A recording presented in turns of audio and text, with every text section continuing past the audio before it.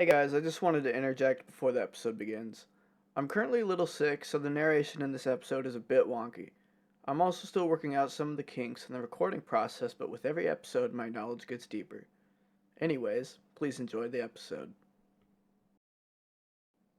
Hello everyone, welcome to the Spooky Noodles Podcast. I'm happy to announce that we're switching up the formula today. We are finally going to be covering an SCP, more specifically SCP-3008. A perfectly normal, regular old Ikea. This story was written by user Mortos on the SCP Foundation's website. I found the story by accident a while ago, but it is so unique that it has stuck with me ever since. Towards the end of the story, a journal of one of the characters is mentioned. I won't be reading it here, but it is a cool extra chunk of information, and if you want to read it, it can be found on the page linked in the episode's sources. Anyways, let's venture through the doors of the perfectly normal, regular old Ikea. Item number, SCP-3008. Object class, Euclid. Special containment procedures. The retail part containing SCP-3008 has been purchased by the Foundation and converted into site. All public roads leading to or passing by site have been redirected. The entrance to SCP-3008 is to be monitored at all times, and no one is to enter SCP-3008 outside of testing as permitted by the senior researcher. Humans exiting SCP-3008 are to be detained and then debriefed prior to the administration of amnestics. Depending upon the duration of their stay in SCP-3008, a cover story may need to be generated prior to their release. Any other entities exiting SCP-3008 are to be terminated. Description: SCP-3008 is a large retail unit previously owned by and branded as IKEA, a popular furniture retail chain. A person entering SCP-3008 through the main entrance and then passing out of sight of the doors will find themselves translocated to SCP-3008-1.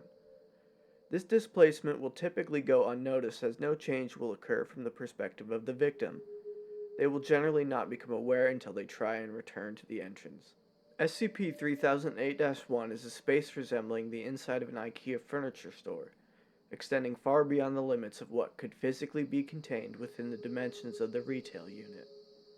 Current measurements indicate an area of at least 10 kilometers squared, with no visible external terminators detected in any direction. Inconclusive results from the use of laser rangefinders has led to the speculation that the space may be infinite. SCP-3008-1 is inhabited by an unknown number of civilians trapped within prior to containment.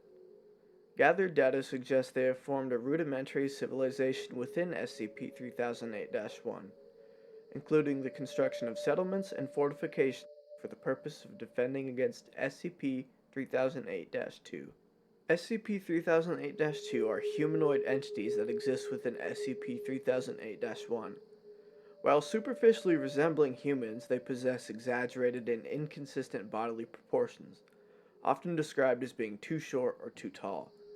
They possess no facial features and in all observed cases wear a yellow shirt and blue trousers, consistent with the IKEA employee uniform.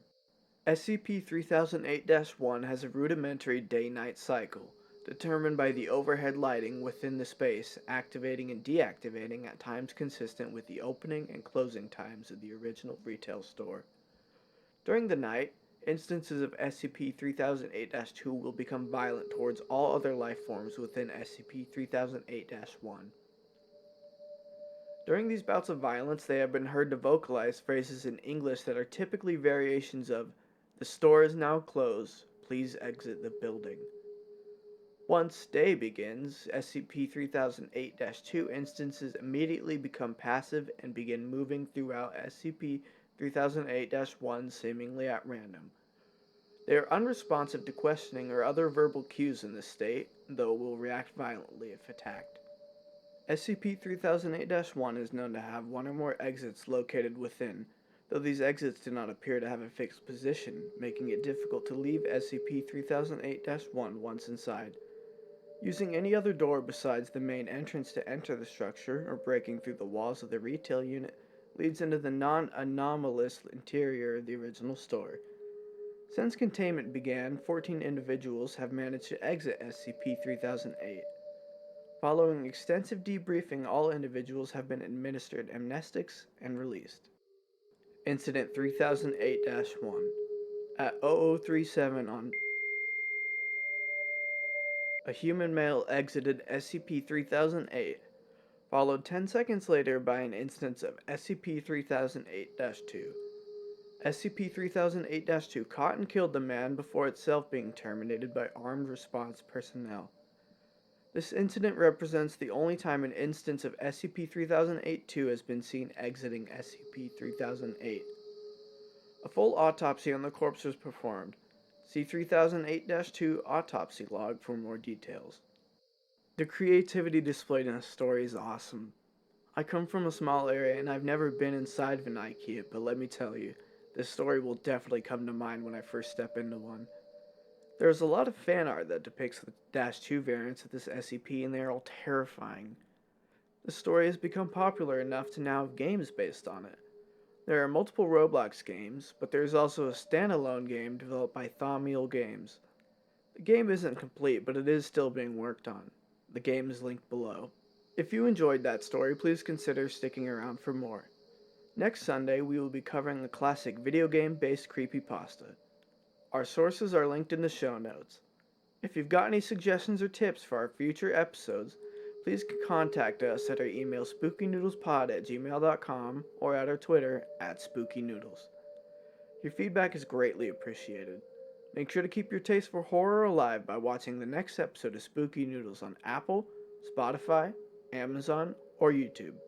Thank you for listening.